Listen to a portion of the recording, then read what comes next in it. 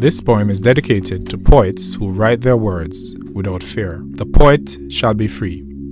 The poet shall be free, even when the critics disagree.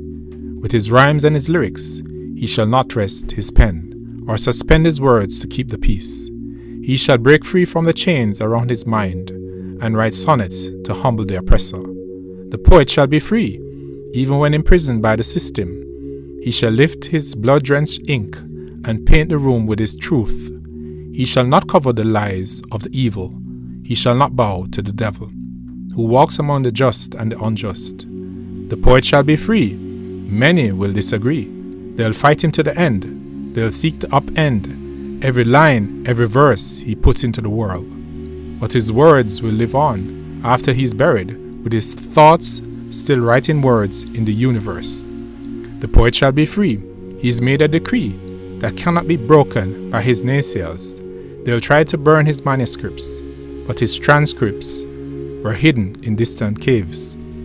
He never was a slave to their tyranny, and there is the irony. They never expected such an opponent, but he was many moves ahead of them. The chess player in him was never dormant. The poet shall be free. Don't ever despair. They'll never win. As long as his heart pumps blood to his brain, they'll never stain his legacy. He will continue to be inspired by the one who gave him his words. Even if he cannot speak, his hands will plot a course that will always fight for those without a voice. The poets shall be free. Can you write words on my heart?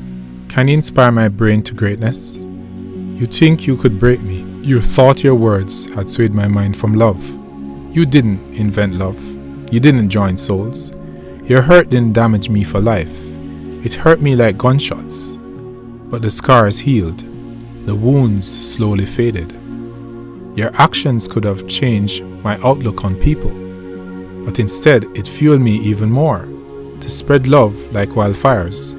To paint the sky with sonnets. Your actions push me to show you that your plan never stained me. So when night falls and I stare at the clouds, their crimson strokes tell me that there's beauty in sorrow. There's hope in sunsets. Life sprung anew when you deserted me, but rain came to parch grounds. And so I lay quietly, soaking up the joy that only God could give me. Man's joy is temporary, and my Creator taught me how to cope, how to endure, how to rise with a purpose. Your voice echoed in my ears like empty canyons, bringing hot flashes that leave sweat-soaked shirts. I love to watch you walk, like you're on eggshells, measuring each step. You're like the sunset, you brighten my doldrum days. As I watch your eyes float like clouds on my lenses, you're not just a thought that's riding away after the dust settles. But through the years, as many tears flowed, I've owed you for my sanity, taking me from my reality of moments that should be left to die in shallow graves. As I didn't cave into the pain and stains of a battered heart. There's sorrow in the morrow when I'm reminded of rejection, even in celebration. Though subtle and backed up by good reasons, it changed the seasons of my heart as it sprung from its beat to retreat in a corner to lick its crimson marks. As the sharks smelt those supper, they followed through blue streams.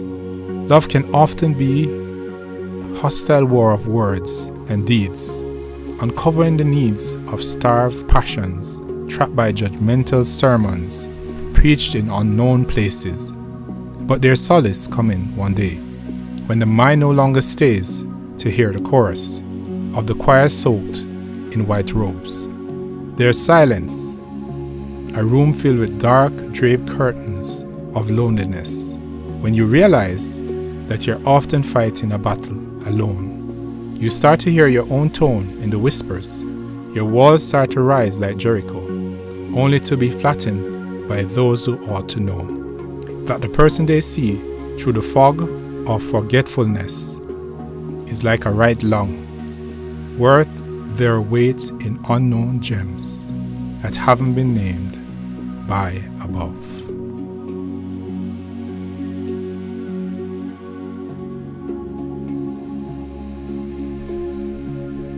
The moon dances with the stars. As I watch the moon dance with the stars, I think of moments lost with regret and conscience-filled thoughts, how life is often taken so seriously, instead of capturing the beautiful rays that stream from the moon. We overthink as humans, consumed by fears brought on by thinking we are somewhat perfect beings. The pressure, the guilt that erodes our need to be totally loved, to just let go and sail around the world, to turn dreams into great memories. Instead, we sit and stare at walls, feeling like our lives have stalled. But we built those columns, those high-rise structures where we no longer exhale, we inhale until we burst with regrets. So as I watch with awe the beauty that rides the midnight skies, my mind has let go of inhibitions that block the path that leads to peace, and forces one's body to release, to live knowing the only judge is from above, and he glides through my heart like a finger strolling through messages, and sees that I'm not an evil participant in some twisted reality show, but one who wants to live free, with some restrictions, but not conflicted by the judgments that flow like tormented streams.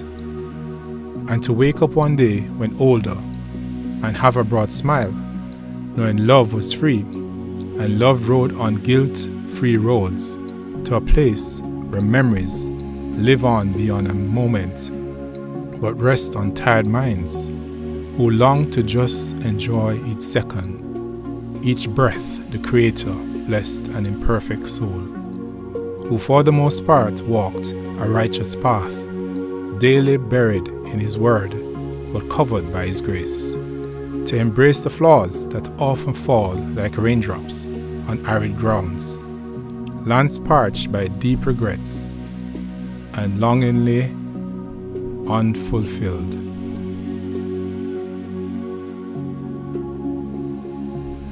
This poem is for my ancestors who were shipped across oceans to distant lands against their will. African drums. If drums shall play for freedom, let them be African drums, thumping rhythmic tales of our slavery, sending trembling tones of our journey into hell, sounding like the chains that shackled our bodies and minds, reliving the strokes of whips on our dignity, blasting horrific melodies that enslave us even now, sending crescendo pitches when our friends and families were thrown in shark-infested seas and blood became the water we drank, and our tears dried up in those doldrum days. Let the African drums beat the cause of our freedom,